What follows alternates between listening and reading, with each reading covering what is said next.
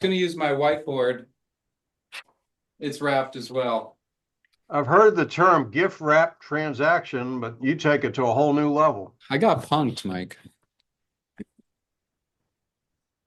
Got punked. You know who else got punked, Mike? 2024 got punked. Yep. What do you think about 2024? It's December 11th. 2024 is wrapping up. It was not an easy year, but it was fine. It was okay. We did okay. What's the first thing that comes to mind when you think 2024? Industry changes, to be honest. One of the most pivotal years in recent memory for changes within the real estate industry. And a lot of things tied to that. Yeah, Dad, what do you think of 2024? What's the big thing on your mind? It was a pain in the ass. It was hard to do The any whole business. NARA settlement thing, the uncertainty, the fear, how people are going to do it. People I interacted with quite a bit, who's getting sued, who's settling.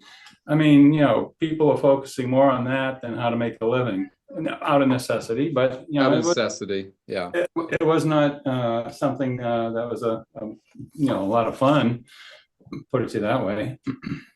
Yeah, so I wanted to take this class to talk about 2024, compare it to previous years, compare it for what we're looking at in 2025. The one thing that is a constant is that it will change, but it is a really cool opportunity for us to look at it and kind of redirect how we were considering some of these bigger issues. So you guys kind of both mentioned the industry changes. You've got the NAR settlement was dropped in March, but I remember, this lawsuit that came through, that was even before March. And so you had, there were people in the industry that were pretty freaked out about all this and what it could mean well before March actually was announced. And then March was huge. And that's when NAR kind of alerted everybody of the settlement they had made with the plaintiffs. And they set this timeline in place where everyone would have to be in compliance by August of 2024. It was a big ask, and I was on the NABOR Forms Committee during this time. Not a normal year. I mean, we were expecting to update the sales contracts, but I don't think we were necessarily prepared for this. People needing to start using buyer broker agreements to modify the listing agreements, change what our sales contract said, and that was on top of all the industry changes that the state of Florida was making us do. And just the evolution of the industry as a whole, just how do we deal with escrows and how do we deal with this, or we need to fix the casualty language in the sales, all these things. So it was quite the effort. I give the forms committee a lot of credit and all the people that committed to it. I was a bit player on it, but it was a lot. So Mike, you have your August implementation. I know at one point we were pretty worried about the different associations and how they were going to police this. They've done a little bit of that, but it really hasn't been a big issue. Would you say that or no? Yeah, I give a lot of credit to the various brokerage firms for educating their agents on, you start off with the basics, what is changing, and then you drill down from there. So I think the education component within the realtor community was pretty good. I had one attorney refer to the August implementation as Y2K, which I thought was an interesting comparison. Yeah. Do you Yeah, I can remember, see the Don, comparison. when we were talking Y2K, the original Y2K, it was the fear of the unknown, the uncertainty. And yet, once the year passed, we realized that it wasn't that big a deal. Well, all the computers are supposed to crash, so Right, right. nothing happened. But with this, I mean, this is somewhat reminded me a little bit of the beginning of COVID, where we didn't know whether we'd have a business or not. Yeah.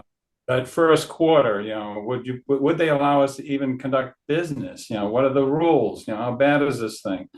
And to a certain extent, the normal things, Christian and I would talk about or write about, we couldn't address because this sort of all our attention. Everybody was focused on this. So And how, inspection or more financing contingencies, the think normal. about the timing of this, because all this happened and right when this started, hurricane season ramped up. Yeah. And we literally had multiple hurricanes come up the west coast of Florida. The realtor community and the people that live here, we've had a lot to deal with over the last couple of months. And it's in context of that podcaster that you referred me to, Christian. He outlined in one of his podcasts how the Department of Justice has been coming after the National Association of Realtors since 1940. And they're just sitting back waiting to see what they think of how this was settled, because they're not a party to this. And there's already been language that they don't necessarily like the buyer broker agreement. So we still got to deal with those guys. So the podcaster that Dad's referring to is this guy, Notorious Rob. I actually learned a lot from this guy. It's pretty incredible. I don't know, maybe this isn't his website. Maybe that's not. I don't know if that's it or not. Yeah, it's this guy, Rob Hahn. Maybe his website's pretty old here, but either way, you can sign up for his newsletter. You can, I think it's a subscription based, but every once in a while he does a free one, or you can get some of his stuff online. He's pretty wonderful to read. Not to say that he knows everything, but he kind of does this deep dive into what NAR started out to be and how it kind of came to be what it is now, and where we may have lost our way, but we're hopefully getting back on track. All those sorts of things, very interesting. A couple of things that we learned during this process. So Mike, you and I talked about the lessons learned in this is that, in a sense, some of this was overblown, but it still required a ton of effort to get up to speed. So it's not that this was going to destroy the business, but it did require a lot of effort. And you mentioned, worrying that maybe buyer's agents would be an extinct species, but that doesn't seem to have played out just yet. Yeah, I say there's been a minor bump where the listing agent activity has gone up slightly. And in talking with people that I respect in the industry, haven't seen significant changes in that area at this point. Which is encouraging. We were, and who knows, it's still early, but if you're a buyer's agent and you bring value to the transaction, there's a place for you. And you just have to know exactly how to do it. Now, more recently, as season has started to kind of kick into gear a little bit, a lot of the agents who maybe took the summer off, there's a big learning curve. And so make sure that if that's you, or if you want that information, you lean into the local boards, that you call us, you ask questions, you watch these videos. There is a lot to do. And some of the lessons we learned is, let's see how simple I can make this. If you're going to work with a buyer, have them sign a buyer broker agreement ahead of time. Just that simple. And if they fight you on what you're going to get paid or whether the seller pays it, then just put some sort of placeholder, if 0 or 2 or 3 or 10, whatever the number is, put something in there so that you can at least start working with them. And you just have to know how to evaluate that. You don't necessarily have to push super hard and, you have to sign this and I'm not changing, but maybe some balance. And you use this as an opportunity to understand your customer a little bit better. You do that, the rest of it is actually pretty similar to what we're used to. And Mike, I had an agent call me this morning, and that's exactly how she was doing it, except she didn't realize that when she was the listing agent, she didn't necessarily need a buyer broker agreement just to show the property.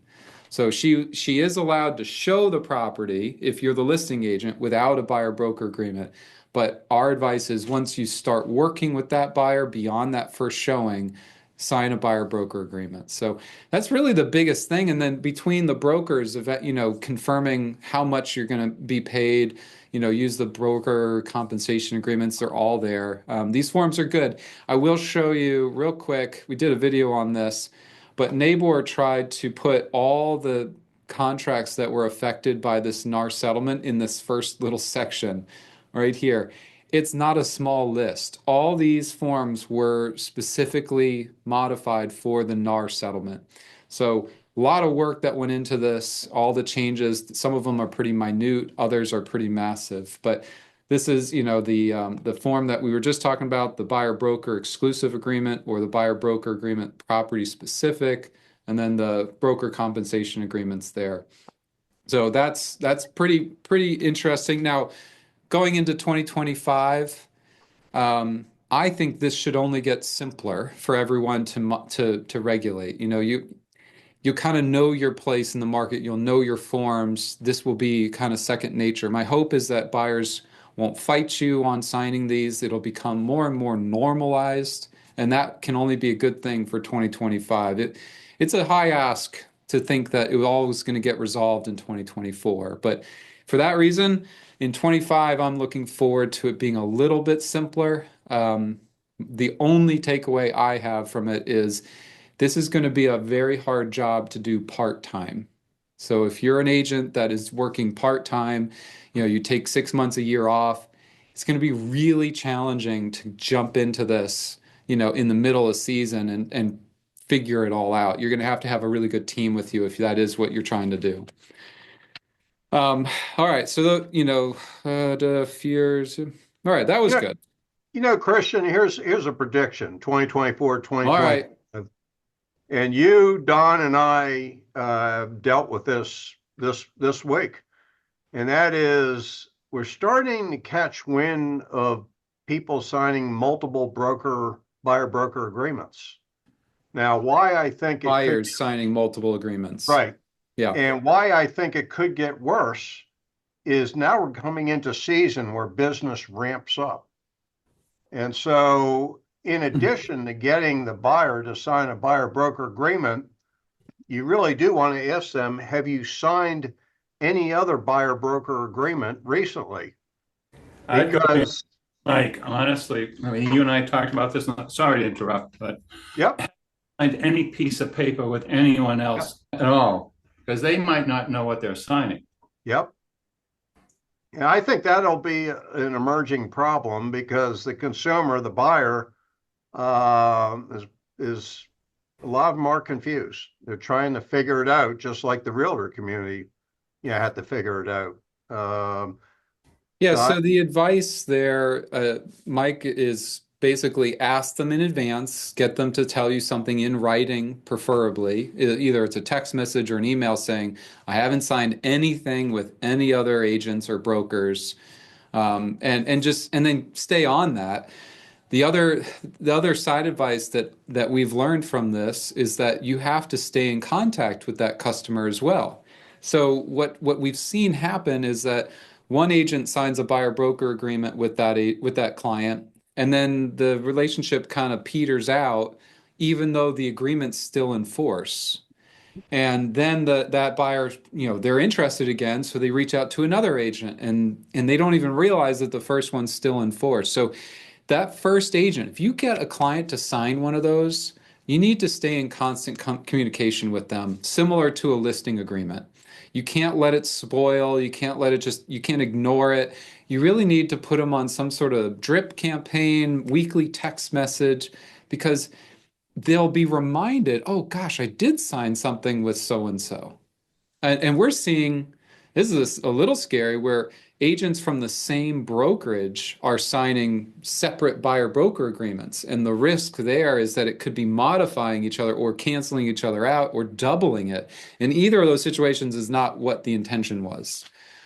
So stay in contact with that customer, treat them like they're a listing, and know the expiration date. They're in your control. They're in their sphere. They're your segment A person when it comes to marketing. Mike, you use your company has a CRM, I believe, right? Yep. I would recommend that any agent who has access to a CRM needs to use it, where every week you've got a little something that you're reminded, oh yeah, I got to talk to Cindy. I got to make sure I reach out to her. So that'll be interesting to see how that evolves and if they modify the broker agreements to kind of address something like that. We shall see. The other thing, Mike, when I came down to Florida, most of our customers, the inclination was that interest rates don't really matter for this market, because I don't know, 75% of the closings are all cash. And so like, oh, well, for most of these people, interest rates don't matter. I think in 2024, we realize that's not entirely true. It's Right. just not. Even if they're getting or not getting a mortgage, if they're paying cash, they still care because it affects their other assets. It affects what they could get somewhere else or what they could get in a savings account or money market account or CD. I can't tell you how many of my clients were like, well, I don't want to send in my money too soon. It's earning 5% in my money market account. As opposed to, 2 years ago, they never would have said that ever. And that definitely plays a part in people's reluctance to make an offer. I'm not I'll going to give you pay some. $1 million for this condo if I know it's earning 5% over here or more. I'll give you Well, something to think about. Interest rates, the psychology is because this is an affluent area, interest rates really don't matter too much down here. Well, a lot of people that want to buy in Florida need to sell their home up north. In their market, interest rates might really matter. So really, you're It indirectly matters. affected Yeah. anyway. We learned it matters. Dad, what do you think? well, even beyond that, even if they're paying cash, what the Fed today, the interest rates are being, disclosed, and that affects whether the stock market goes up or down, and whether a buyer feels like they're wealthier or not as wealthy, and the economy is going in the right way. So, a buyer's perception of how the economy is going is influenced by interest rates, which will influence that buyer's desire to buy, even if he's paying cash. Absolutely. If Absolutely. inflation is going wacko and the interest rates are going to be affected by that, that's going to affect, my portfolio, anybody's portfolio. Yeah. The number of people that said, I don't want to sell my Amazon stock in order to buy a house. Yeah, that does play into this. I will show you, this is another way to look at the same thing. When we think about how will 2024 compare to 2025, so this is 10 years national average versus, and this is Bankrate that was offering this graphic. I really like this graphic. So back in 2014, the national average was about 4%, and it like kind of like a cardiac monitor. It went up and down a little bit, went up to almost 5% in 2018 2018. It went all the way down during COVID. So the national average was around 3% or so at its low. And then it spiked over about 12-month period from, 2020 to, I guess at its peak was 2023. But this is what we had to deal with. We had to deal with the fallout of this immediate spike over just a minute. It was like a 2-year period, and it jumped from 3% to 8% national average. And a lot of our customers, they were getting loans well into the eights and nines, if not more, depending on the type of financing it was. So you now have started to see on an uptick, there's certain market, I don't know, sentiment about something like that where it's only going up. And so you might see buyers who are trying to lock it in before it goes too high, or you might see buyers who are willing to say, no, no, no, no, this is not good for me. I'm not used to a 7 or an 8% mortgage because they're used to 3. And it just messes up all the values. It really throws a wrench into everything. Well, hopefully we'll start to see it climb back down. You can even see, so this is a little closer look here. It's not really come down in a significant way, but as of the most recent chart here, the national average is just under 7%. So it's not at its height of 8%, and it's certainly not its low of 3, but it is starting to track down. And even if 2025 doesn't totally come down to what we want it to be, this is more the norm. We're not going to, hopefully, we won't see these incredible changes. It's not going to shock the market, shock the conscious, shock the buyer. It should give us a chance to truly evaluate what properties are worth and what's normal and what's not. And that's what I'm hanging my hat on, is that this will start to slow down. We'll see interest rates probably hover around 6% in 2025 But with what a is it 10 years, Christian? I mean, because we have had a COVID and then, Yeah, this is the 10. This is 10. So for look a at that solid, higher over 10 years. what did you say? the average is higher over 10 years than 5. than what it is right now. Yeah. So the national average over a 10-year period was almost 7%. And if you look at 5 years, it's actually the same. Maybe it's not changing. Let's see. Yeah, this number isn't changing here necessarily. Yeah. But what I would say the national average is probably around 4.5 to 5 over the last 10 years. It's I just 80s it was like over 8%. I mean, historically, I'd be curious what it's been over the last 30 years. Because, yeah, but this won't show us necessarily that, but yeah, my hope is that we're done with this crazy up and down and we start to know what things are really worth. right. Going backwards, the industry changes with NAR.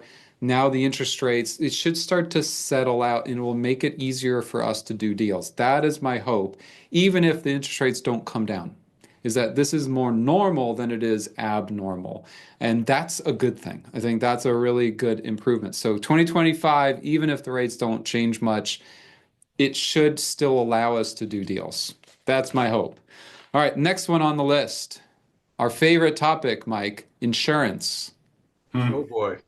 I'm All right, starting Mike, to so sweat. tell me about your insurance personally. Has insurance, I think at one point insurance was pretty reasonable. It spiked, and you can make up some of the numbers here, but it spiked in the last couple of years with, different storms and different just market factors.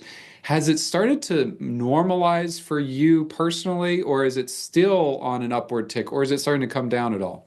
Last year, my homeowner's policy, the increase was horrific, over 50% increase. And now I've got three more hurricanes this year. So I'm coming up for renewal in a couple months, and I can't even imagine where it's going. I Yeah, mean, you did an insurance evaluation or you're in the middle of it. Are Right. people thinking that it'll keep going that direction? Is the broker giving you any feedback on that? I have the bid. I got to read it. Their cover letter says they're only going to give me $10,000 worth of flood coverage because of Yeah. the age of my home. So in my mind, why the hell have it?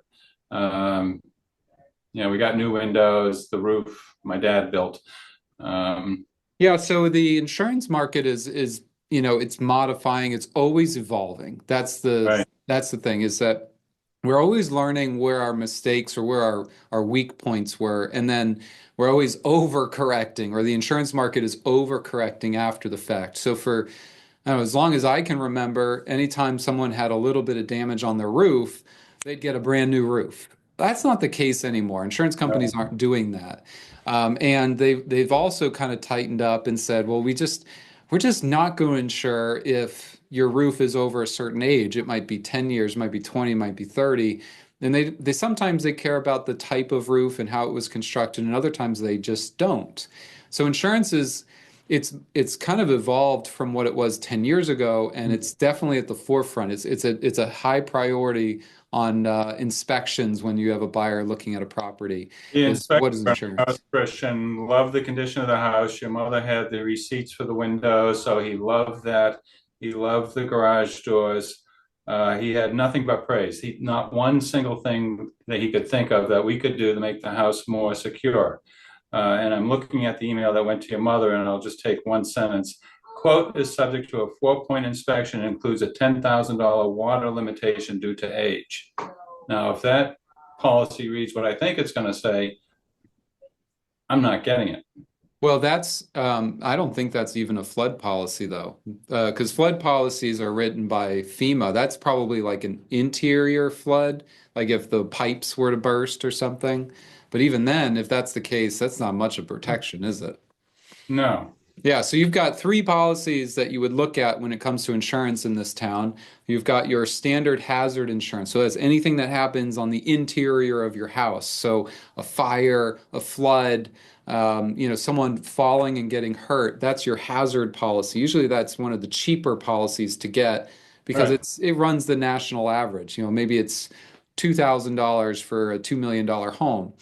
And then you have your wind policy, and that's where they care about how the roof was built and how old the property is. They're going to care about the windows, things like that, and that's for protecting you against exterior forces like hurricanes, or other wind events, storm events. That's usually very expensive, and I can see that being, almost cost prohibitive for a lot of people. And then, on a $2 million property, you might see that might cost you $15,000 for an older property like that. And then you have your flood policy, which is specifically for floodwaters that are coming from exterior sources like a storm or tide rising. Completely regulated and insured by FEMA, totally dependent on where your home is built compared to the BFE, or the base flood elevation. And that's a national policy. It's totally dependent on how your house was built in comparison to BFE, not much else. And then the value, what they offer. I think a lot of the FEMA policies, there's a limitation on what they even cover, maybe 250,000 total. So it's tough. And when those three policies are fighting each other, that's not fun either. So I have two of those policies, but my house is not below the BFE. So I don't have a flood policy, but I do have the wind policy and I have the hazard. I think I pay $5,000 a year. It's a lot, but it's less than probably what you guys are having to deal with. But insurance, I've talked to a lot of people, and here's the thing: insurance will continue to evolve. They will react and they will overreact to different market forces. Last year, state of Florida changed some of the regulations on insurance. I think there's a change on whether attorney's fees can be recouped when you file for an insurance claim and have to go to litigation. And there's a limitation on how long you have to even file for a hurricane claim. So I think, 10 years ago, if there was a big storm and 2 years later you had an adjuster come by and said, "Oh, well, that's hurricane damage. That, you need to file a claim," you would then file a claim. Well, now I think they're limited to like 12 months from the date of the event.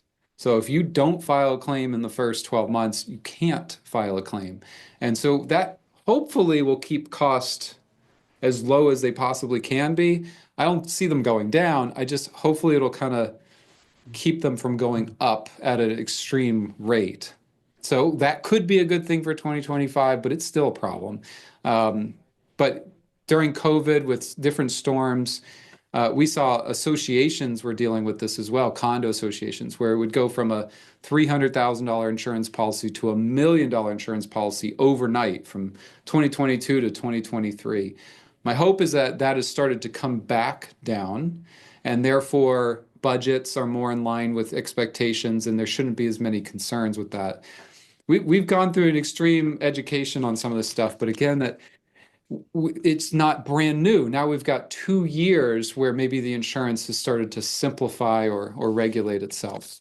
My hope, I am optimistic about insurance, even though I am concerned that it's not where it needs to be, not yet at least.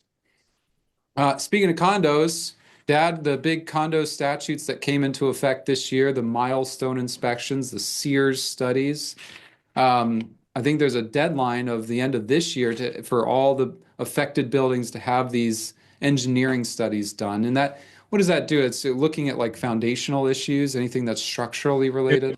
Engineer or an architect to do a walk around the building to see how it looks, and if they see anything that looks like it might be an issue, then they go to stage 2 of the milestone study and do a more invasive test.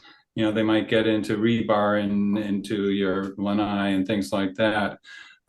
They also examine the reserves. You're going to have to be fully funded so that when something reaches the end of its useful life, you will have enough money to pay for it. And from anecdotally, I'm hearing a lot of situations where there are special assessments of a really large number. And you might have somebody my age, for example, who retired on a fixed income living in one of these places, and all of a sudden they get this big special assessment and it blows the budget. So, it's a concern. And similar to some of my other input, and you might think I'm being very optimistic, but 2024 is when the rubber met the road with this statute, with this regulation. We had to figure out what an engineering study even looked like for this sort of stuff. We had to, for the first time in history, mandate certain budget items. None of that was ever done. Now, I bought a condo in Atlanta 10 years ago. And we had reserve studies then, and it looked at the lifespan of the roof, the lifespan of the windows, and other exterior items. And then it would tell us, in comparison, how much we were saving every month. Hey, you're underfunded on the roof, you're overfunded on the windows, and so on and so forth. But that's where it ended. It was really just, a consult for the association and the members. But now this is a new wrinkle. It's like, all right, you have that report. Now you have to follow it by law. So 2024 was a year where you saw a lot of articles in the news about condos. You saw a lot of this regulation. You saw a lot of this fear that was being promoted based on the reality of this. I can't imagine. I mean, the number of articles I saw on that Miami association that had like a $21 million assessment because they're underfunded and they needed to, I don't know, fund for the roof or whatever it was.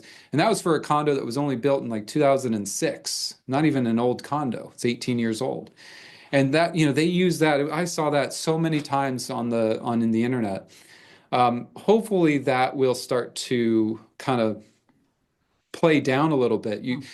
Once these associations are funded, well, there's not going to be another $21 million assessment in that scenario. It's going to be fewer, and it's going to be more of that normalizing of what the reality is.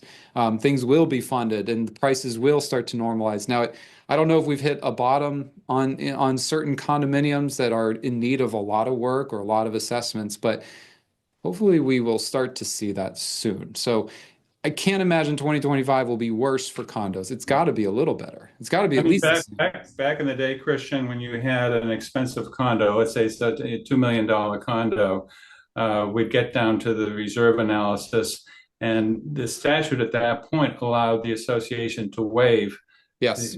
the need for an escrow at all. And I sit there with my clients and say, well, I mean, if I were buying in here, I really wouldn't want to reserve because you're getting no interest on your money. If you can afford a $2 million condo, you can afford the special assessment for the paint job or the new roof or whatever it is. So, don't lose your mind over these low escrows. It's $2 million condo. You're probably getting a special assessment. Who do you want to hold your money, them or you?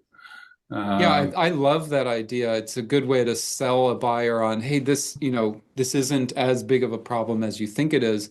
You just have to calculate that as part of your price, and think, all right. That was the way I looked at it, honestly. It's smart. I mean, if they were fully funded, the unit's probably worth more than if it wasn't fully funded. But now we don't have that option. And honestly, it should make selling a condo a little simpler because it's an even playing field for all associations. They all have to be funded.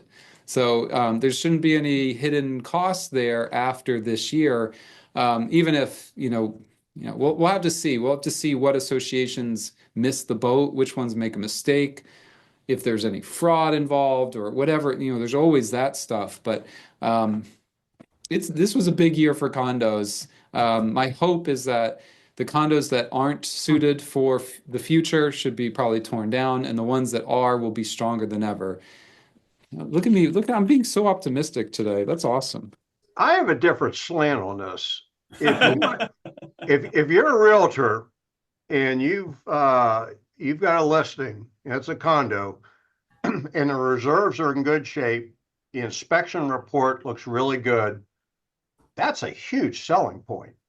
I'd have that on the counter. I mean, you're separating yourself from all the ones that, maybe need to catch up on reserves. I mean, realistically, if you're a homeowner and you're in a condo, you're going to pay for it one way or another. You're either going to pay for it incrementally over a number of years as far as building up those reserves, or you're going to pay for it with a shock at some point when there's a special assessment. So it really, one way or another, you're most likely going to pay for it. Well, I think you could sell it either way. Yeah, I think you could sell something that's way underfunded too. Yeah. Rick, you had a comment? What's your thought on that? I'd like to, Mike, I think it's a great idea. I was thinking the same thing, but who determines whether you are fully funded? I mean, we're not CPAs, and it'd be nice to put in your ad, fully funded or condominium and stuff, but who makes that Well, determination? it's a good question, Rick. So you'll have a Sears study, the milestone inspection, and on that study, it'll show what the funding requirements are, and then you'll be able to match it up with the budget and assessments and all those things. So it should be really clear as to, are they off or are they in alignment? And they'll all have to be in alignment by the end of the year per law. Now, if you're not in alignment, if you're not fully funded, there might be some penalties or fines by the state, but it should be very clear where you talk to the association and they're able to say, we are fully funded compared to our latest milestone study or Sears study. And then you can promote that. I mean, Yeah, I have to double check, but I believe it's the engineer or the architect who determines whether you're fully funded, because they see the repairs that need to be done and they get the bids and all that jazz. But I'll have to double check on that. who pays for Thanks, the Rick. study and who I just don't think we are qualified enough. Well, Mhm. it's a little tricky, right? So these milestone studies were created by the Florida Congress, and no one knew what that actually meant, right? We had to kind of figure that out. So what happened is all these engineers that have been doing reserve studies for the last 50 years, they just call it something different now. So they do a physical on-site study and make sure they know, all right, let's look at the roof. When was it last built? How many years are remaining? And then they actually compare it to your budget and your P&L. And they'll say whether you're in alignment with their reserve study and how much and so it's actually pretty simple math to bring it into compliance with that. Will you have certain associations that push back on those studies and make them come down or say that's unrealistic and I have these quotes or those? The engineer is what's driving the train there, the one that you hired to do the study, and then your property manager or your board is required to then bring up your reserves to meet that study. And the owner Christian, pay for the engineer or the architect to do all this. Yes, So, it's a paid consultant. Absolutely. are you speaking of the thing that happened in Miami with the 5 stores and Yeah, above? Surfside. So That's fine. But what about the little dinky condos? That's one story that's yeah, got there's 10 no units in it requirement or for 30 those. units in it. Yeah, so No, Krista had that question on the chat just now. It's not all condos. This is only the condos that are subject to this new statute, which Right. is anything that's over 3 stories. And I can't remember, they changed it, but it's either 20 or 25 years old. So Correct. if you have an 18-year-old condo association, it doesn't actually apply to all of those studies. But by the time it is 20 years old, it probably will. And I'm pretty sure, so Krista asks, do all condos have this, which is no, or does it depend on how close to the coast they're located? I think they removed the requirement regarding the coast. So the best advice I can say, it's all condos that are more than 2 stories tall and that are at least 20 years old. I think it's more than 3. It's more than anything more than 2.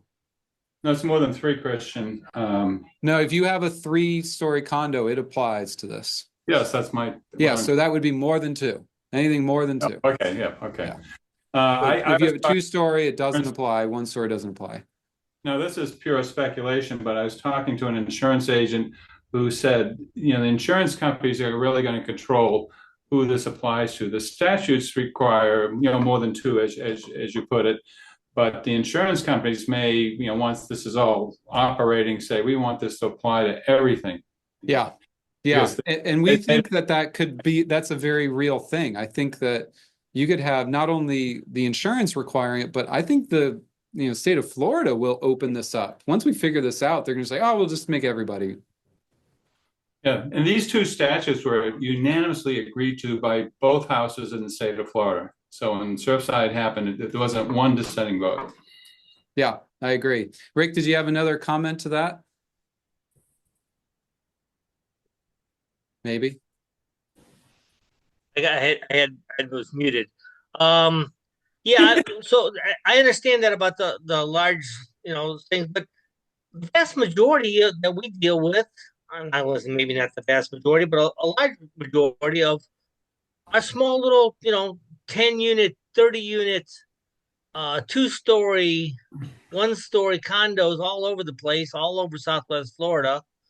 Um, it would be nice to be able to know that they are fully funded and or not fully funded. I mean, as when you're representing a buyer and you send them the financials and the budgets and stuff like that, you know, I I mean I have a little knowledge in that, but I wouldn't be it wouldn't be fair for me to say yes, they are fully funded and they're in great shape or vice versa, nor would I. No, and I agree. And that's, the best advice I can give in that regard is you're just introducing this topic and you're pointing your buyer in the right direction. You're not telling them whether this applies or not. You're not, what is it, Mike? I think I've heard you say this before. You're not the creator of the information, but Source of the source. say that again. You're the source of the source for You're the information. source of the source. So, Rick, you're going to say, I was told by the association that they are fully funded. I've included copies of the milestone inspection and the latest budget. Please feel free to look at them and then reach out to the condo association for more information. That's kind of where it is. I don't want you coming out and saying, we're good, it's perfect, the condo will never fall down.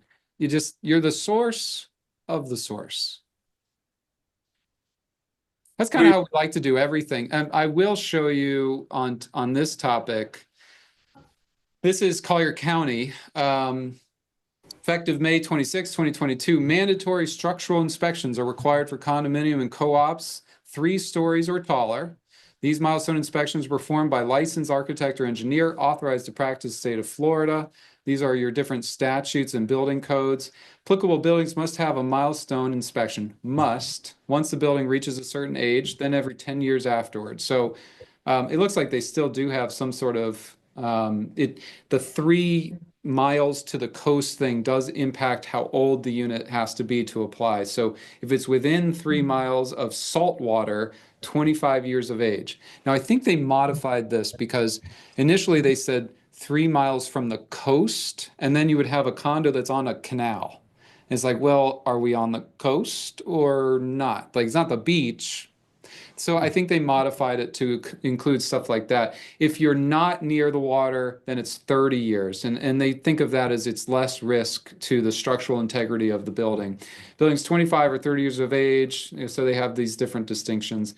Certified letters are mailed. Condo association must arrange for the milestone inspection. These are requirements.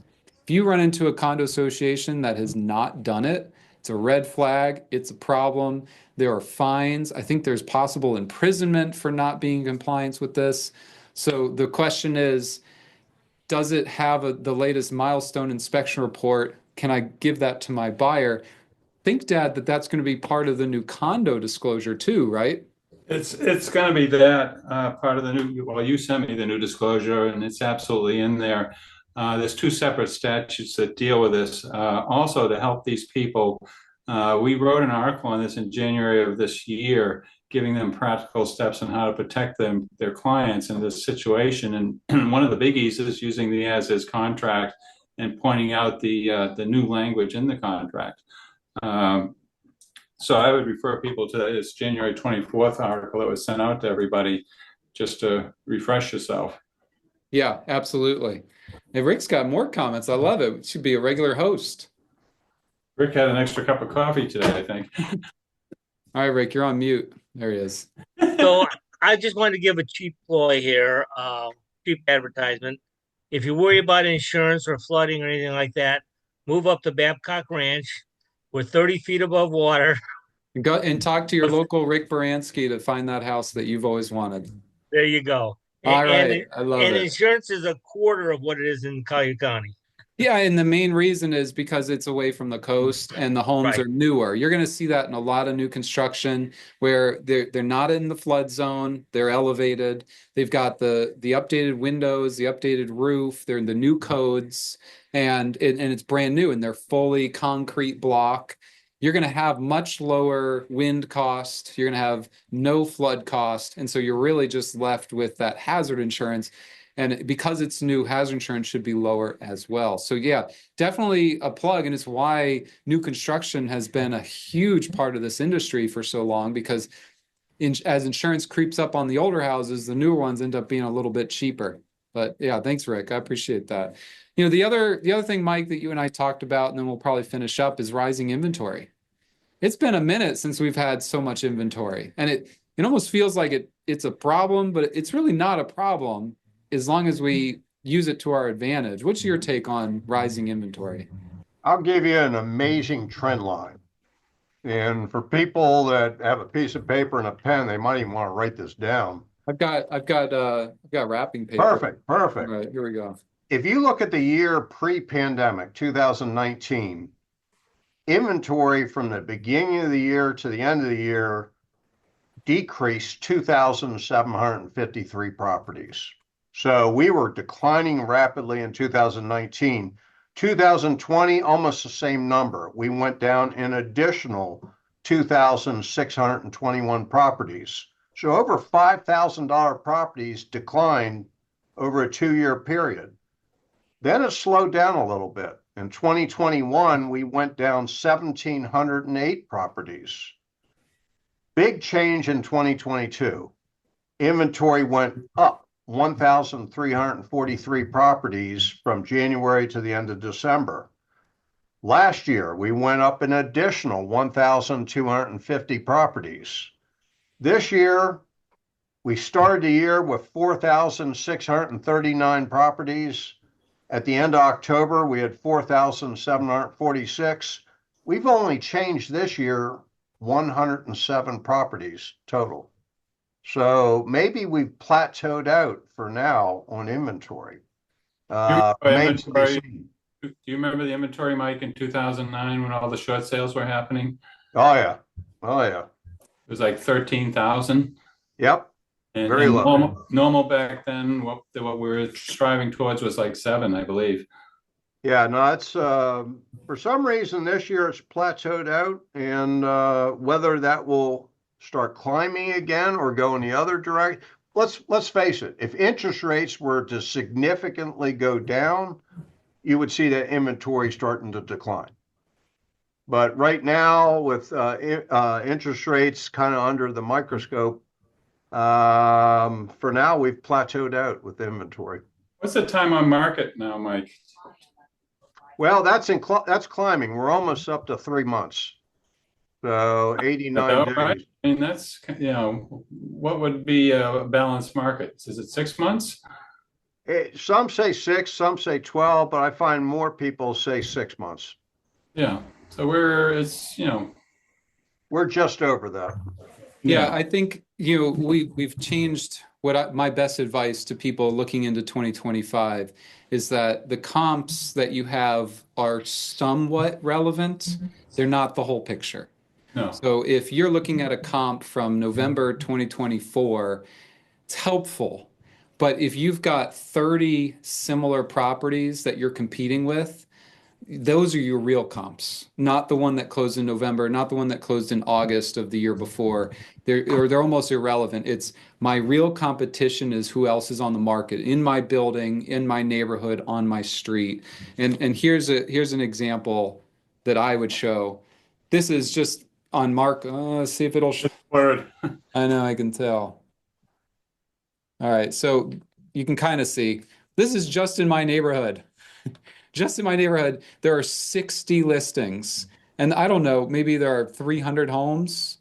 That's a pretty extreme thing. So if you want to really know what my house is worth, you kind of have to look at the listings and see who's sitting on the market, who's keeping their price, who has sold and why, how quickly were they able to discount, what is it really worth, and what's your seller's motivation? Are they trying to get this thing sold to avoid having to pay the taxes, or do they want, in this year we even had a lot of Canadians wanting to sell because their taxes were going to change and skyrocket. I can't remember, that was October. I think the Canadian capital gains rate was like doubling. And so I saw a ton of Canadians selling right before that deadline.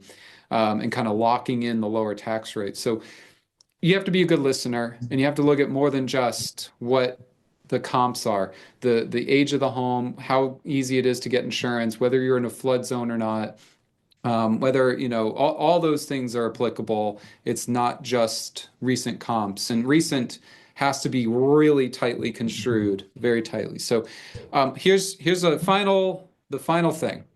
2023 and 2024 were tough markets for down here. They just were.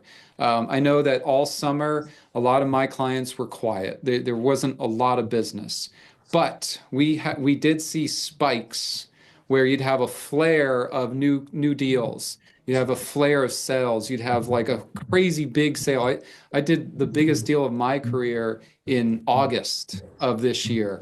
No one was doing big deals. And so I was like, weird. If you have a great product, it will sell. And I think 2025 will be better. It's got to be, right? Has to be better. What to look out for the rest of this year? There's going to be a new condo addendum through NABOR. That's going to come out. And there's going to be a new Rider A with FARBAR for condos as well, because we have to be able to include the milestone inspections and some of these other required disclosures that are being implemented by the end of this year. The milestone inspections are obviously a big deal. The rest of it, just hang on, do your best. Make sure you sign buyer broker agreements. And if you have questions, reach out. Mike, any other words of wisdom before you sign off? Yeah, my words of wisdom are enjoy the holidays. Love it. And with holidays comes cyber fraud, so be very careful. Just stay in constant contact with your customers. All right, cool. Thanks, guys. All right.